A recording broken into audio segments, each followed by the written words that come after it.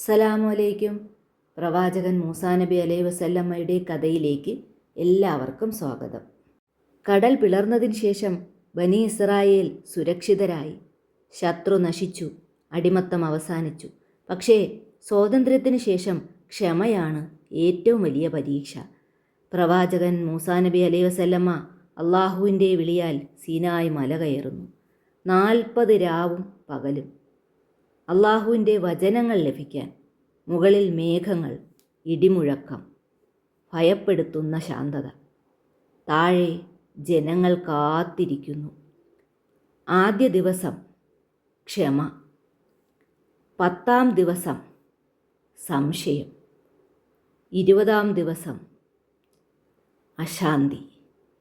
മൂസ തിരികെ വരുമോ എന്ന ചോദ്യം. അവസാനം ഒരു മനുഷ്യൻ പറഞ്ഞു, നമുക്ക് ഒരു ദൈവം വേണം കാണാൻ. അപ്പോൾ സ്വർണം ഉരുകി ഒരു കാളയുടെ രൂപം. ജനങ്ങൾ ആരാധിച്ചു. അതേസമയം മുകളിൽ മൂസാ നബി അലൈഹി വസല്ലമ അള്ളാഹുവിൽ നിന്ന് വചനങ്ങൾ സ്വീകരിക്കുന്നു. ഫലകങ്ങൾ, നിയമങ്ങൾ, ജീവിതത്തിൻ്റെ വഴികാട്ട്. തിരികെ വന്ന മൂസാ നബി അലൈഹി വസല്ലമയുടെ ഹൃദയം തകർന്നു. താൻ രക്ഷിച്ച ജനങ്ങൾ വീണ്ടും തെറ്റിലേക്ക് മടങ്ങിയിരിക്കുന്നു. കോപം, വേദന, വിശ്വാസഭംഗങ്ങൾ. മൂസാ നബി അലൈഹി വസല്ലമ ഫലകങ്ങൾ നിലത്തു വെച്ചു.